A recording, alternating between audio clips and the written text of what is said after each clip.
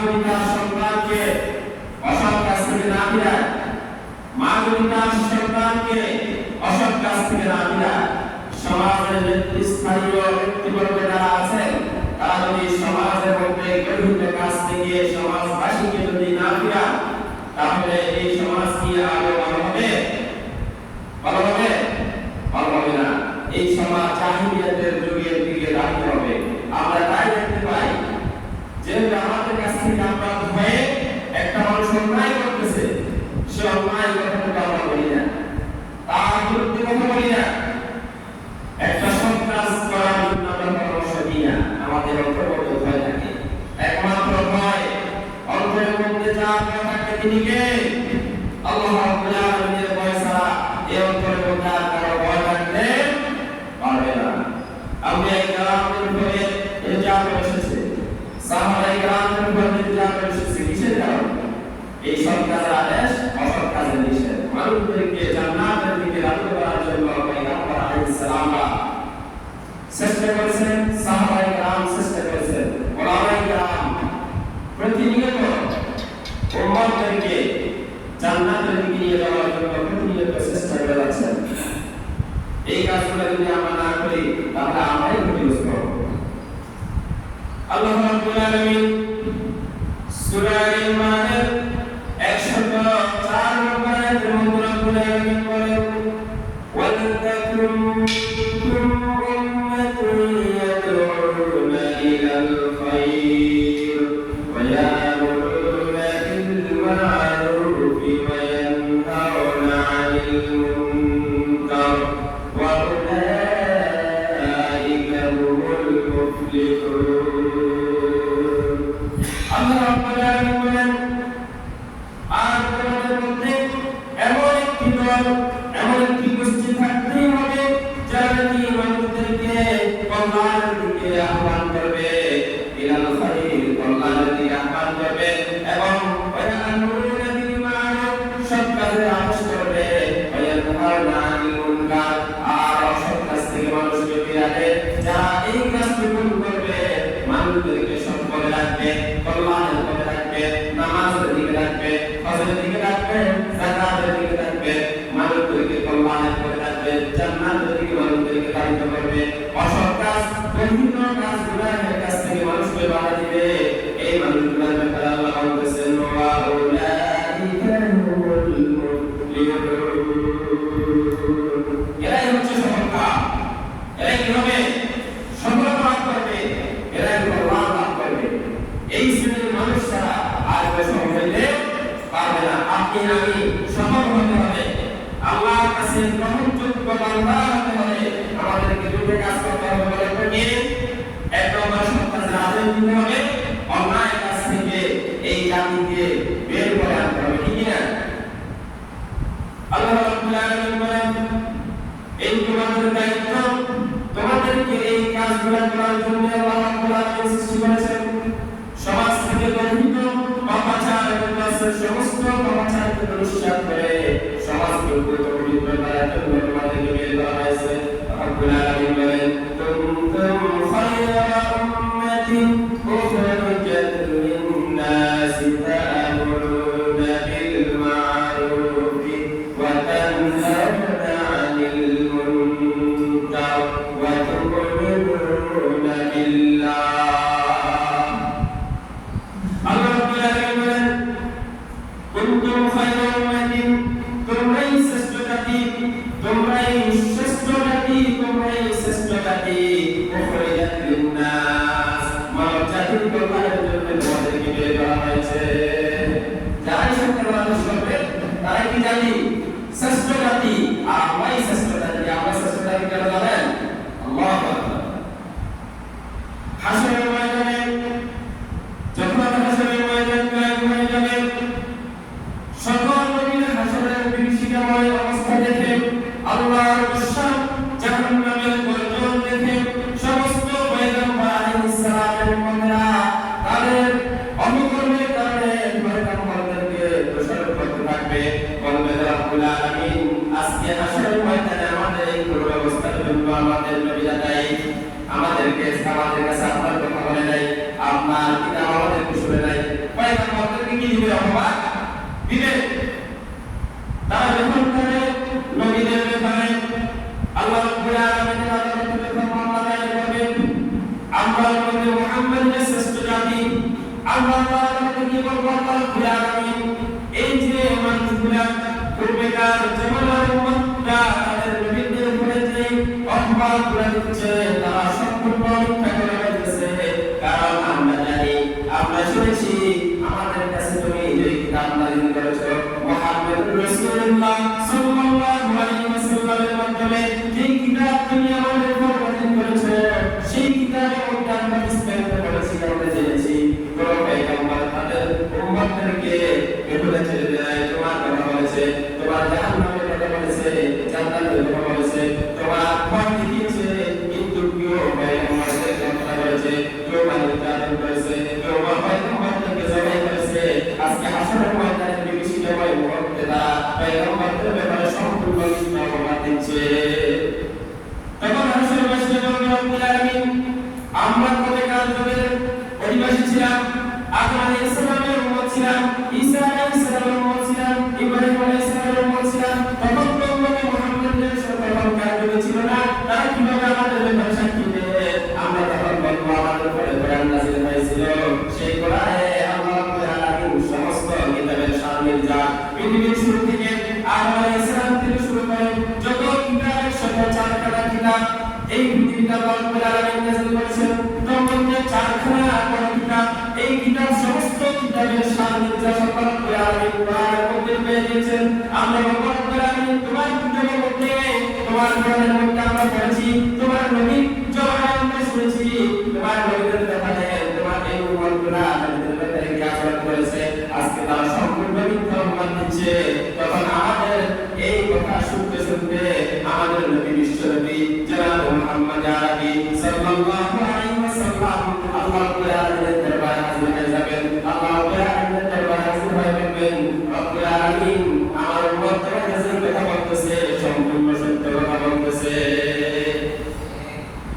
আমরা তাদের ব্যাপারে আল্লাহ রাব্বুল আলামিনের দরবারে বলবো, আমাদের সেই কথাটা সার্টিফাই করবেন বিশ্বনবী মুহাম্মদ আরবি সাল্লাল্লাহু আলাইহি ওয়াসাল্লাম। সেই জন্য আমরা শ্রেষ্ঠ জাতি, আমরা শ্রেষ্ঠ উম্মত, এই জন্য কি আমরা গর্ব করতে পারি না? সবাই আমরা বলি আলহামদুলিল্লাহ, আমরা যে শ্রেষ্ঠ নবী শ্রেষ্ঠ উম্মত হতে পেরেছি, এই জন্য আল্লাহ রাব্বুল আলামিনের দরবারে শুকরিয়া আদায় করা দরকার, অবশ্যই শুকরিয়া আদায় করা দরকার আছে। এই জন্য আল্লাহ রাব্বুল আলামিন তোমাদেরকে প্রেরণ করা হয়েছে মানব জাতির কল্যাণের জন্য। তোমাদের দুইটা কাজ আছে, ইয়ামুরুকা আমরুনা বিল মা'রুফ ওয়া তানহাউনা আনিল মুনকার। সরকার আদেশ করতে হবে, অন্যায় কাজ দেখলে প্রতিহত করতে হবে। এখন সমাজে যদি অন্যায় কাজ হয়, আপনি কি করবেন? আমার দায়িত্ব কি? আমি আমার দায়িত্ব থেকে, আমার জায়গা থেকে যতটুকু সম্ভব আমি বলবো। আপনার দায়িত্ব থেকে আপনার যতটুকু সাধ্যের মধ্যে আছে ততটুকু বলবেন। চেয়ারম্যান সাহেব তার সাধ্যের মধ্যে যতটুকু আছে ততটুকু বলবে, এমপি সাহেব তার সাধ্যে যতটুকু আছে ততটুকু বলবে, মেম্বার সাহেব তার সাধ্যে যতটুকু আছে ততটুকু বলবে। আল্লাহ রাব্বুল আলামিন, আল্লাহর নবী জনাব মুহাম্মদ আরবি সাল্লাল্লাহু আলাইহি ওয়াসাল্লাম বলেছেন, মান রাআ মিনকুম মুনকারান ফালিয়ুগাইয়িরহু বিয়াদিহি ফাইন লাম ইয়াস্তাতি ফাবিলিসানিহি ফাইন লাম ইয়াস্তাতি ফাবিকলবিহি ওয়া যালিকা আযফুল ঈমান। আল্লাহ নবী বলেছেন, তোমাদের মধ্যে যদি কেউ দেখো যে তোমাদের সমাজে, তোমাদের পরিবারে, তোমাদের রাষ্ট্রে অন্যায় কাজ হচ্ছে, সেই অন্যায় কাজকে যদি তোমার ক্ষমতা থাকে, যাদের ক্ষমতা আছে, রাষ্ট্রীয় ক্ষমতা আছে নাই, তিনি তার ক্ষমতা বলে যতটুকু ক্ষমতা আছে সেই ক্ষমতা নিয়ে তিনি অন্যায় প্রতিহত করবেন। আর আপনি আমি, আমার কাছে কি ক্ষমতা আছে? ক্ষমতা আছে, আমরা ততটুকু করতে পারবো না। আমাদের দায়িত্ব, আমরা যারা আছি তারা যদি পারি জবান দিয়ে বলবো যে ভাই আপনি এই কাজ করেন না, এই কাজ করো না, এই কাজ করলে আপনাকে জাহান্নামে যেতে হবে, এই কাজ থেকে আপনি বেঁচে থাকুন, মদ খাওয়া থেকে, সুদ খাওয়া থেকে, অপকর্ম করা থেকে, জেনাবে বিচার থেকে বিরত থাকেন। এটা আমরা বলতে পারবো, আমরা যারা ক্ষমতা ইমপ্লিমেন্ট করতে পারবো না, ঠিক না? আর এই কাজ করার ক্ষমতা আপনার নাই। আপনি দেখতেছেন যদি আপনি জবান দিয়ে সমস্ত অন্যায় প্রতিবাদ করেন তাহলে আপনার উপর ক্ষতি হইতে পারে, আপনার উপর অত্যাচার হইতে পারে। তখন আপনি কি করবেন? আপনি অন্তর দ্বারা যেটা করবেন সেটাকে সে অপকর্মকে আর মনে মনে সেই অপকর্মকে বিশুদ্ধ করার জন্য, ঠিক করার জন্য চেষ্টা করবেন। এই চেষ্টা যদি না থাকে তাহলে মনে করতে হবে আপনার মধ্যে ঈমান, আমার মধ্যে ঈমান নাই। ঈমানের প্রকার হচ্ছে একমাত্র ঈমান হচ্ছে ক্ষমতা থাকলে সেই ক্ষমতা প্রয়োগ করে অন্যায় প্রতিবাদ করা। আর যদি সেটাও না থাকে তাহলে জবান দিয়ে বলা, সেটাও যদি না থাকে অন্তর দ্বারা সেই অন্যায়কে ঘৃণা করতে হবে এবং সেটা কিভাবে সমাজ থেকে অন্যায়গুলো হয়ে যায় সেই চেষ্টা চালিয়ে যেতে হবে। ঠিক না? এরপরে আল্লাহ রাব্বুল আলামিন বলেন ওয়া তু'মিনুনা বিল্লাহ, আল্লাহর প্রতি ঈমান আনতে হবে।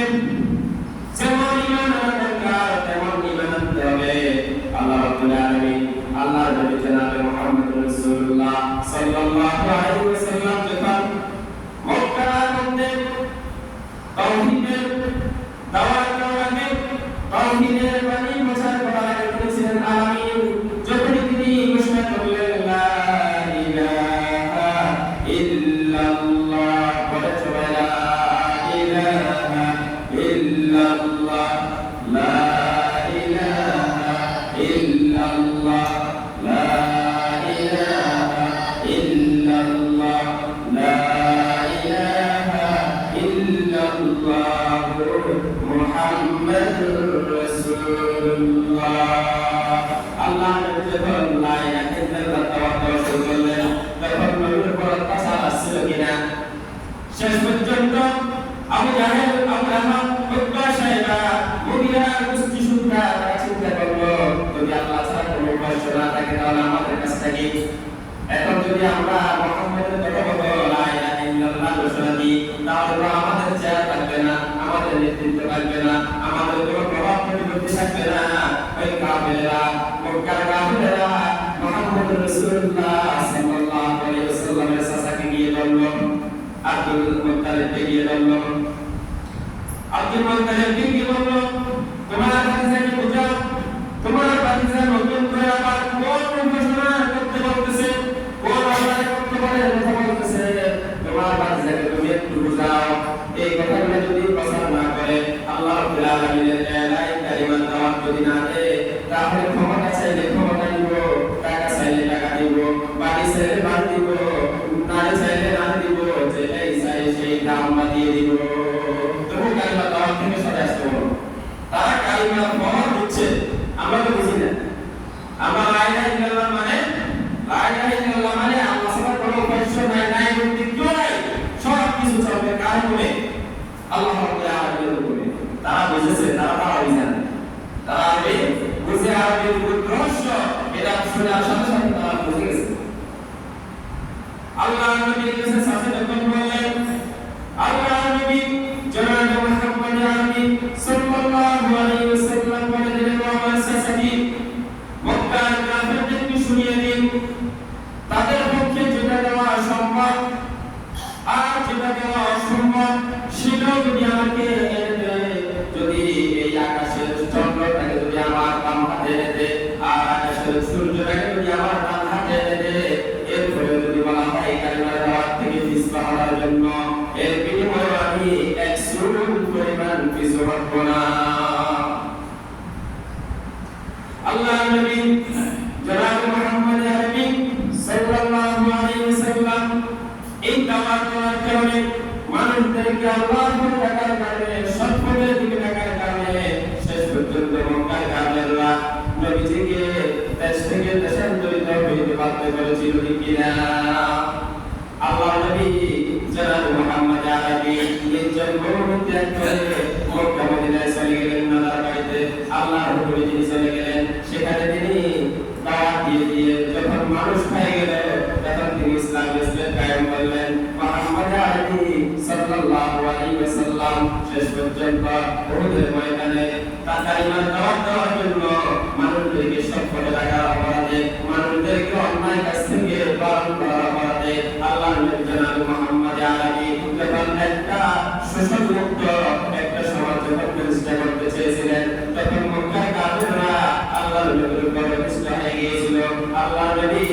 উহুদের ময়দানে দান মোবারক শহীদ হয়ে গিয়েছিল। তায়েফের ময়দানে যখন আল্লাহর নবী জনাব মুহাম্মদ আরবি সাল্লাল্লাহু আলাইহি ওয়াসাল্লাম যখন তায়েফের ময়দানে ইসলামের দাওয়াত দেওয়ার জন্য গিয়েছিলেন, মানুষগুলোকে জাহান্নাম থেকে বের করে এনে জান্নাতের দিকে কিভাবে যাবে সেই কথাগুলো শোনানোর জন্য যখন গিয়েছিলেন, মক্কার দুষ্ট কাফেররা ছেলেদেরকে লাগিয়ে দিয়েছিল, যুবকদেরকে লাগিয়ে দিয়েছিল মুহাম্মদ আরবি সাল্লাল্লাহু আলাইহি ওয়াসাল্লামের উপরে নির্যাতন করার জন্য।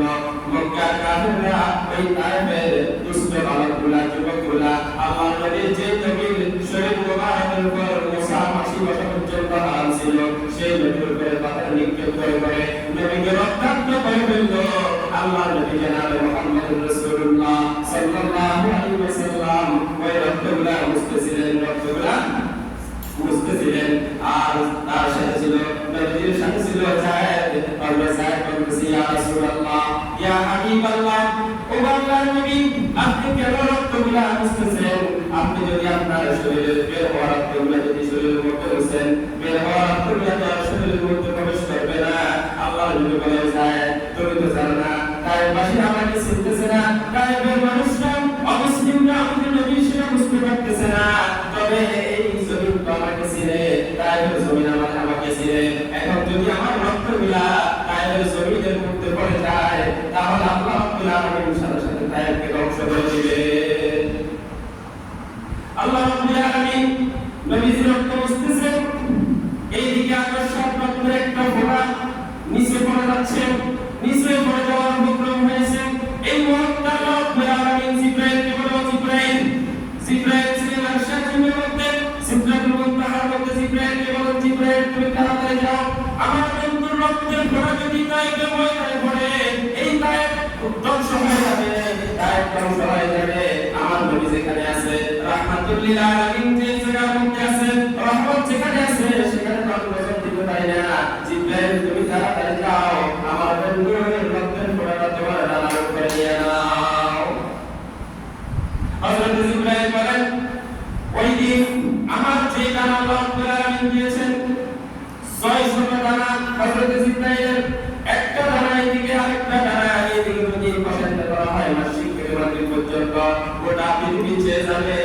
এক ডানা যদি একবার জান্নাতে 1000 বছরের মতো বিক্রম করে।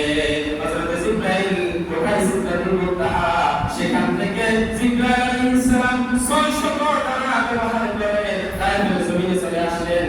এসে রাসূলের মুখে রাসূল সাল্লাল্লাহু আলাইহি সাল্লামের সেই রক্তের ফোঁটা তাৎক্ষণিক হযরত জিবরাইলের ডানার মধ্যে নিয়ে নিলেন।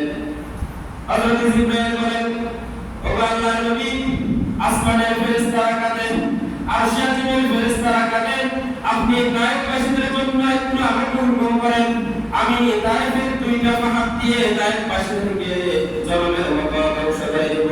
আল্লাহর নবী রাহমাতুল লিল আলামিন তিনি বলেন, ও জিবরাইল, তুমি তো জানো না আমাকে আল্লাহ রাব্বুল আলামিন রাহমাতুল লিল আলামিন পৃথিবীতে পাঠিয়েছেন, আমি জগৎবাসীর জন্য রহমত হয়ে এসেছি।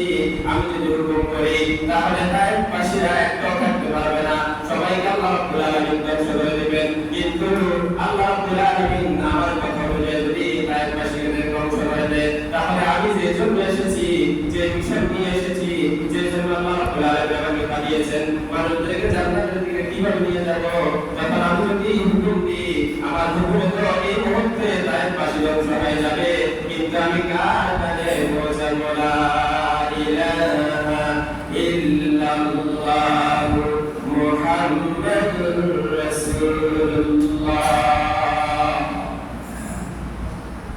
আল্লাহ নবী বলেন না, আল্লাহ নবী চিন্তা করলেন, এরা যদি না বুঝে আমাকে মারতেছে, মানুষ সমস্যা নেই, কিন্তু ফিউচার জেনারেশন যারা আসবে তারা বলতে বুঝবে। আল্লাহু আকবার, কত দরদি নবী। নবী যদি সেদিন অর্ডার করতেন, গোটা তায়েফকে আল্লাহ রাব্বুল আলামিন নিচের থেকে উঠিয়ে উপর থেকে নিচে মেরে দিতেন, তায়েফ ধ্বংস হয়ে যেত। এজন্য আমাদেরকে আল্লাহর প্রতি ঈমান আনতে হবে, রাসূলের প্রতি মহব্বত রাখতে হবে, ভালোবাসা রাখতে হবে, সৎ কাজ আদেশ করতে হবে, অসৎ কাজ থেকে নিষেধ। ঈমান আনতে হবে ঈমানের মতো, ঈমান আনার মতো ঈমান আনতে হবে যে ঈমান আমার দুনিয়ার কোনো শক্তি আমার অন্তরের মধ্যে থাকবে না, কারো ঘরের মধ্যে থাকবে। একমাত্র ভয় থাকবে কার? আল্লাহ রাব্বুল আলামিনের ভয় থাকবে, আর কারো ভয় অন্তরে জায়গা পাবে না। মুমিনরা যদি ঈমান আনে, মানুষরা যদি ঈমান আনে, তাহলে আল্লাহ রাব্বুল আলামিন তাদেরকে বিজয় দান করবেন। যদি ঈমান আনা হয়, আল্লাহ রাব্বুল আলামিন কোরআনে কারীমের ভিতরে বলেছেন, ওয়ালা তাহিনু ওয়ালা তাহজানু ওয়া আনতুমুল আ'লাউনা ইন কুনতুম মুমিনিন। তোমাদের জন্য কোনো ভয় নাই, তোমাদের জন্য কোনো চিন্তা নাই, তোমরাই বিজয়ী হবে। ইন কুনতুম মুমিনিন, যদি তোমরা সত্যিকারের মুমিন হতে পারো। সত্যিকারের মুমিন হতে হবে, শুধু মুখে বললে হবে না।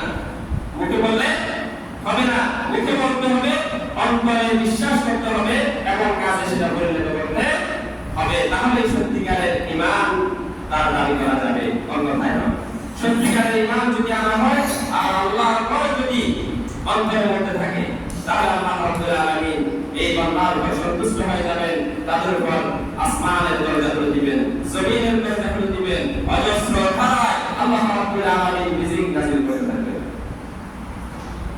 আল্লাহ রাব্বুল আলামিন বলেন, ওয়ালাউ আন্না আহলাল কুরআন আমানু ওয়াত্তাকাউ লাফাতাহনা আলাইহিম বারাকাতিন মিনাস সামাই ওয়াল আরদ। জনগণের লোকেরা যদি আমার উপর ঈমান আনে আর আমাকে ভয় করার নীতি অবলম্বন করেছে, এই দুইটা কাজ যদি করে, আল্লাহ রাব্বুল আলামিন বলেন, লাফাতাহনা আলাইহিম বারাকাতিন মিনাস সামাই ওয়াল আরদ। আকাশ এবং জমিনের সমস্ত বরকতের দরজা আমি আল্লাহ তাদের জন্য খুলে দেব। সুবহানাল্লাহ। তাহলে আমরা যদি রিজিক চাই, আল্লাহর পক্ষ থেকে যদি রিজিক চাই, আমাদেরকে কি করতে হবে বলতো? ঈমান আনতে হবে, আল্লাহকে ভয় করতে হবে। আল্লাহর ভয় ছাড়া অন্তরের মধ্যে আর কারো ভয় থাকতে পারবে না। রাসূলের অনুসারীদের কাজ আমি বলছিলাম প্রথমে, আমাদের কাজ হচ্ছে কয়টা? দুইটা। তা'মুরুনা বিল মা'রুফ ওয়া তানহাউনা আনিল মুনকার। এই কাজটা ছিল রাসূলের। এই কাজটা ছিল কার? রাসূলের। তা আমরা যদি এই কাজটা করি, তাহলে রাসূলের অনুসরণ হবে না? শুধু মিষ্টি খাওয়ার ছাড়াই রাসূলের অনুসরণ? রাসূলের কাজ এখন উম্মতকে করতে হবে, রেখে যাওয়ার কাজ উম্মতকে করতে হবে। আল্লাহ রাব্বুল আলামিন কোরআনে কারীমের মধ্যে ঘোষণা করেছেন, আল্লাযীনা ইয়াত্তাবিউনা আর-রাসূলান নাবিয়্যাল উম্মিয়্যাল্লাযী ইয়াজিদুনাহু মাকতুবান 'ইনদাহুম ফিত-তাওরাতি ওয়াল-ইনজীল ইয়া'মুরুহুম বিল-মা'রুফি ওয়া ইয়ানহাহুম 'আনিল মুনকার। আল্লাহ রাব্বুল আলামিন বলেন, যারা নাকি রাসূলের অনুসরণ করে, উম্মি নবী, রাসূলকে উম্মি নবী কেন বলা হয়? রাসূল দুনিয়ার কোনো ডাক্তার, কোনো ইঞ্জিনিয়ার, কোনো প্রভাষক, কোনো বৈজ্ঞানিক কার কাছ থেকে কোনো শিক্ষা গ্রহণ করেন নাই। রাসূলকে শিখিয়েছেন স্বয়ং আল্লাহ রাব্বুল আলামিন। রাসূলকে কে শিখিয়েছেন? রাসূলের শিক্ষক কে? আল্লাহ রাব্বুল আলামিন। আর রাসূলের সেই শিক্ষা ক্রমান্বয়ে ধারাবাহিকভাবে সাহাবায়ে কেরাম থেকে শুরু করে আমরা পর্যন্ত পৌঁছেছে। এই শিক্ষা মূলকে, এই শিক্ষা মূলকে আল্লাহ রাব্বুল আলামিন। আর দুনিয়ার জাগতিক জীবনের শিক্ষা মূলে জিরো। শিক্ষা মূলে কি? জিরো। এটা আমি এখন বলতেছি না, যেহেতু সময় সংকীর্ণ, ইনশাআল্লাহ যদি সুযোগ হয় অন্যদিন বলবো। আমাদের যে শিক্ষা ইলমে ওহী, কারণ ইলমে ওহী ছাড়া এই পৃথিবীতে কল্যাণ কখনো আসবে? আপনারা বলেন তো, জাহিলি যুগে কি ইলমে ওহী ছিল? হযরত ঈসা আলাইহিস সালাম থেকে শুরু করে 450 বছর পর্যন্ত কোনো পয়গম্বর পৃথিবীতে ছিলেন না। ওই যুগটা কি ভালো ছিল? জাহিলি যুগ ভালো ছিল? কিন্তু যখন এই পয়গম্বর আসেন, তখনই ইলমে ওহীর দ্বারা এই জাহিলিয়াতপূর্ণ সমাজকে স্বর্ণের যুগে, স্বর্ণের রাষ্ট্রে পরিণত করলেন। এজন্য মাইকেল হার্ট তাহান্নার কিতাব লিখছেন না? আপনারা পড়ছেন সেটা? মাইকেল হার্ট একজন খ্রিস্টান হয়েও তিনি যখন 100 মানুষের জীবন লিখেছেন, সর্বপ্রথম সেখানে দিয়েছেন আমাদের নবী, বিশ্ব নবী মুহাম্মদ রাসূলুল্লাহ সাল্লাল্লাহু আলাইহি ওয়াসাল্লাম। তিনি চিন্তা করলেন র্যাঙ্কিং এ কাকে দিবেন। তিনি চিন্তা করলেন যে এই র্যাঙ্কিং এ তিনি 63 বছর নবুয়তের জীবনে একটা জিহাদপূর্ণ সমাজকে যেই নবী স্বর্ণের মানুষ পরিণত করেছেন, স্বর্ণের সমাজ পরিণত করেছেন, সেই নবীকে প্রথমে না দিলে হবে না। খ্রিস্টান হয়ে আমাদের নবীর নাম দিয়েছেন কয় নম্বরে? 1 নম্বরে। সুবহানাল্লাহ। সেই কারণে ওহী যদি না আসতো তাহলে মানুষ জাহিলিয়ত থেকে বের হতে পারত না। আমাদের পার্থিব জীবন এবং আমাদের পরকালীন জীবন, এই পার্থিব জীবন এবং পরকালীন জীবন পরিশুদ্ধ ততক্ষণ হবে না যতক্ষণ পর্যন্ত আপনার আর আমার মাঝে ওহীর জ্ঞান না থাকবে। পরকালীন আল্লাহ রাব্বুল আলামিনের আযাব এবং গজবের ভয় যতক্ষণ পর্যন্ত না আসবে ততক্ষণ পর্যন্ত দুনিয়া থেকে আপনি অন্যায় থেকে বিরত থাকতে পারবেন। আপনার যদি এরকম সেন্স থাকে যে আমি এই কাজটা অপরাধ একটা করতেছি আর কি হবে, আর একটা করলাম কি হবে, আমার তো কোনো সমস্যা নাই। আমরা এমন মুসলমান, কোথাও কোনো মুসলমান দুঃখ লাগে এমন কথা আমরা শুনি, মুসলমানের ছেলে, মুসলমানের সন্তান কি করে বলে আমরা যা করতেছি এগুলা শেষ হয়ে যাবে, মৃত্যুর পরে আমাদের আর কিসের হিসাব? এরকম আছে কিনা? আছে না? আমি নিজে কালে শুনেছি একদিন এক মুসলিম যুবক বলতেছে আমরা তো মৃত্যুর পরে আমাদের আর কিছু হবে না, আমরা তো শেষ হয়ে যাবো, মাটি হয়ে যাবো। আস্তাগফিরুল্লাহ। এই কথাটা, এই মাইন্ড, এই সেন্সটা তার মাথার মধ্যে কেন আসলো বলতো? ওহীর জ্ঞান না থাকার কারণে, কোরআনের জ্ঞান না থাকার কারণে। যেই কোরআন দিয়ে রাসূল করিম সাল্লাল্লাহু আলাইহি ওয়াসাল্লাম তার জিহাদপূর্ণ সমাজকে স্বর্ণের যুগে পরিণত করেছেন। আল্লাহ নবী যখন কারাগার মধ্যে জ্ঞান দিলেন, কবি বলেছেন উতর করে গায়ে মেরাসে সুরে কওম আয়া, উতর করে গায়ে মেরাসে সুরে কওম আয়া, আর কিসে কি মিয়া সাথ লায়া। কারা পাহাড় থেকে নেমে এসেছেন, সাথে নিয়ে এসেছেন একটা বড় পাথর। এই বড় পাথরের সাথে যখন বড় পাথর মানে কি কোরআন কারীম, এই কোরআন যখন নিয়ে আসলেন সেই কোরআনের ছোঁয়াকে আমাদের মতো মানুষ গোল হয়ে গেল, ডায়মন্ড হয়ে গেল। আবু বকর, ওমর, উসমান, আলী, খাব্বা, খুবাইব জিহাদপূর্ণ সমাজের যেমন বীর ছিলেন, ইসলাম গ্রহণ করার পরে তেমন বীর ছিলেন। কিসের জ্ঞানের কারণে? ওহীর জ্ঞানের কারণে। ওহীর জ্ঞান যদি সমাজ চর্চা না হয় সেই সমাজও জিহাদে ডুববে, জিহাদে পরিপূর্ণ হয়ে যাবে। যেহেতু আমার আলোচনা, এই আলোচনাগুলো আসলে জুমার বয়ানের মধ্যে শেষ করা সম্ভব নয়। এই আলোচনা যেহেতু আমি বিষয়ভিত্তিক আলোচনা করি, সেজন্য আমি কোরআন এবং হাদিস থেকে আপনাদের জন্য যে কথাগুলো নিয়ে এসেছিলাম সেগুলা পরিপূর্ণ শেষ করা যাচ্ছে না। আমি হাদিসটা বলে এই আমার বয়ান শেষ করব। রাসূল করিম সাল্লাল্লাহু আলাইহি ওয়াসাল্লাম বলেছেন যে কোন সমাজে যদি অন্যায় কাজ থেকে মানুষকে বাধা না দেয়, সৎ কাজের আদেশ না দেয়, তাহলে কি হবে? আমি প্রথমে বলেছিলাম আমাদের পাঁচজনতে আন হুযায়ফা রাদিয়াল্লাহু তাআলা আনহু, আন হুযায়ফা ইবনে ইয়ামান রাদিয়াল্লাহু তাআলা আনহু আন নবী সাল্লাল্লাহু আলাইহি ওয়াসাল্লাম قال والذي نفسي بيده لتأمرن بالمعروف ولتنهون عن المنكر أو يوشكن الله أن يبعث عليكم عقابا منه ثم تدعونه فلا يستجاب لكم। রাসূল সাল্লাল্লাহু আলাইহি ওয়াসাল্লাম থেকে হযরত হুযায়ফা রাদিয়াল্লাহু তাআলা হাদিস বর্ণনা করতেছেন, তিনি বলেন আল্লাহ রাসূল ইরশাদ করেছেন সেই সত্তার শপথ যার হাতে আমার প্রাণ, যার হাতে আমার প্রাণ, যদি তোমরা সত্যের আদেশ না করো, অসৎ কাজ থেকে মানুষকে না ফিরাও, তাহলে তোমাদের উপর আল্লাহ রাব্বুল আলামিনের পক্ষ থেকে এমন মুসিবত এবং গজব তোমাদের উপর আপতিত হবে, যে মুসিবত থেকে, যে গজব থেকে রক্ষা পাওয়ার জন্য তোমরা আল্লাহর কাছে হাত উত্তোলন করে দোয়া করতে থাকবে। আল্লাহ রাব্বুল আলামিন তোমাদের সেই দোয়া কবুল করবেন না। আল্লাহ রাব্বুল আলামিনের কাছে আমরা ক্ষমা চাই, আমরা যাতে সমাজে, পরিবারে